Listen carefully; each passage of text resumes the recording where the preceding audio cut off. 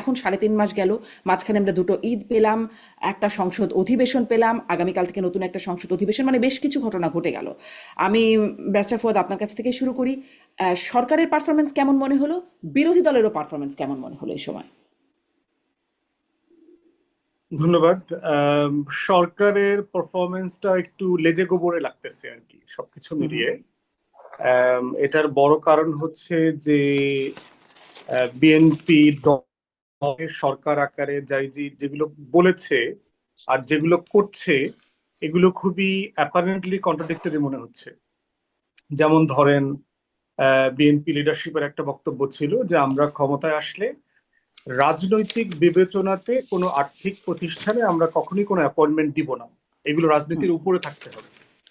কিন্তু আমরা দেখলাম যে বাংলাদেশ ব্যাংকের প্রধান থেকে শুরু করে যে অ্যাপয়েন্টমেন্ট গুলো হয়েছে, আর্থিক খাতে সংস্কারের রিলেটেড যে আপনার যে অর্ডিন্যান্স গুলো ছিল সেগুলো অ্যামেন্ড করেছে অথবা র্যাটিফাই করে নাই।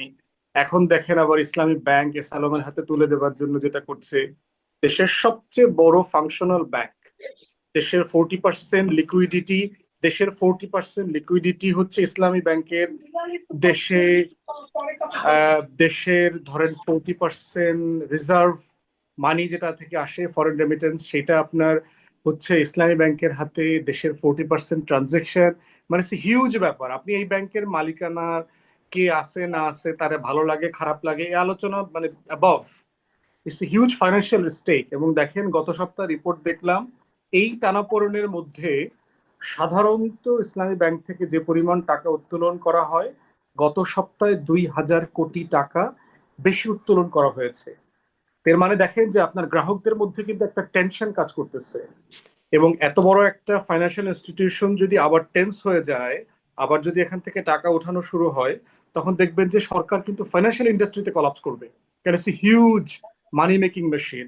এবং এর সাথে কানেক্টেড যে জনগোষ্ঠী আছে তাদেরকে যদি একটু বলা হয় যে আপনারা এখান থেকে টাকা তুলে ফেলেন, আপনি দেখবেন যে 2 সপ্তাহের ভিতরে টোটাল ব্যাংক খালি হয়ে যাবে। হুম। এইরকম ইন্টার কানেক্টেড ট্রাস্ট ডেফিসিট আছে এখানে, হিউজ। তো সেরকম জায়গাতে বিএনপি দেখেন ফাইন্যান্সিয়াল ইন্ডাস্ট্রিতে যেটা করছে সেটা খুবই দুঃখজনক আর কি।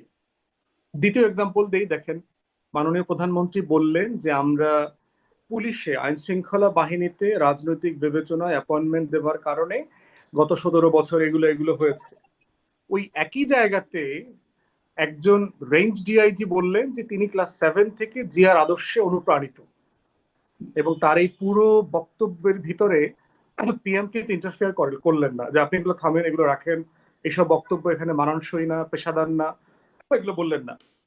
পুলিশের আইজি থেকে শুরু করে বিভিন্ন পর্যায়ে দলীয় লোকদেরকে অ্যাপয়েন্ট করা এবং সবচেয়ে দুর্নীতিবাজ অফিসারদেরকে আপনার টাকার বিনিময়ে শত শত কোটি টাকা লেনদেন বাণিজ্য করে অ্যাপয়েন্ট করেছে। এর কি কোনো প্রমাণ আছে, নাকি একদম মানে ঢালাও একটা অভিযোগ করলেন না, শত শত কোটি ঢালাও টাকা বাণিজ্য? ঢালাও হচ্ছে, যেমন এই জিনিসগুলো তো আসলে প্রমাণ করবার জন্য চেষ্টা করবে কে? আপনার দুদকটাকে তো আপনি মর্গে ভরে রাখছেন, হুম। আপনি যে ফাইন্যান্সিয়াল করাপশন গুলো নিয়ে কথা বলবেন কোথায় করবেন? এস আলমকে ব্লাঙ্ক চেক দেবার জন্য হচ্ছে পুরো দুদকটাকেই ডিসফাংশনাল করে রেখেছে, অকার্যকর করে দিয়েছে, কারণ আপনি দলীয় লোক দিয়ে এস আলমকে ক্লিন শিট দিতে পারবেন না। থার্ড এক্সাম্পল দেই, ঢাকা বিশ্ববিদ্যালয়ে মাননীয় প্রধানমন্ত্রী একটা প্রোগ্রামে গেলেন, আপনি দেখেছেন কয়েক হুম। কয়েক সপ্তাহ আগে। তিনি বক্তব্যে বলছেন যে আমাদের বিশ্ববিদ্যালয়গুলোতে লেখাপড়ার মান নষ্ট হয়ে যাচ্ছে রাজনৈতিক বিবেচনাতে শিক্ষক নিয়োগের কারণে। তার ডানে বামে কিন্তু সব ধান কাটা ভাইস চ্যান্সেলররা বসা কিন্তু। তাহলে এই যে দেখেন, এই যে কথা কাজগুলোর সাথে মানে আপনি খুবই ডাউন টু আর্থ, আপনি খুব সাদামাটা চলাফেরা করছেন, আপনি আপনার গাড়ির ড্রাইভার তেলের খরচ নিজে নিজে বিয়ার করছেন, আমার কাছে এগুলো কোনো ভ্যালু নাই। তো এটা আমার কাছে যায় আসে না, কারণ রাষ্ট্র আপনাকে হুম। অ্যাফ্লুয়েন্টলি জীবনযাপন করবার জন্য অলরেডি অনুমোদন দিয়েছে। আপনি যমুনাতে থাকতে পারেন, আপনি যে কোনো একটা সরকারি বড় বাসভবনে থাকেন, এসএসএফ প্রোটেকশন নেন, আপনি ভালো জীবনযাপন করেন, আপনি ভালো অ্যাফ্লুয়েন্টলি চলেন, আমাদের কোনো সমস্যা নেই, কারণ এটা রাষ্ট্র আকারে আমরা সবাই মিলে এটা একমত যে এটা আপনার করা উচিত।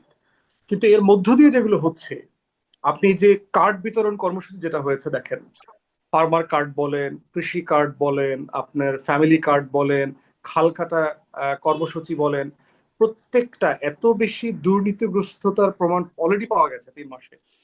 এবং এগুলো অর্থনীতিবিদরাই বলছেন যে এগুলো ফাংশনাল প্রজেক্ট না। আপনি কত হুম। লক্ষ মানুষকে কার্ড দিতে পারবেন? আমার বাজেটের পুরো 9 লক্ষ কোটি টাকাও যদি আপনি কাট দেন, তারপর তো আপনি কোটি ছাড়া যেতে পারবেন না, তো কয়দিন দিবেন?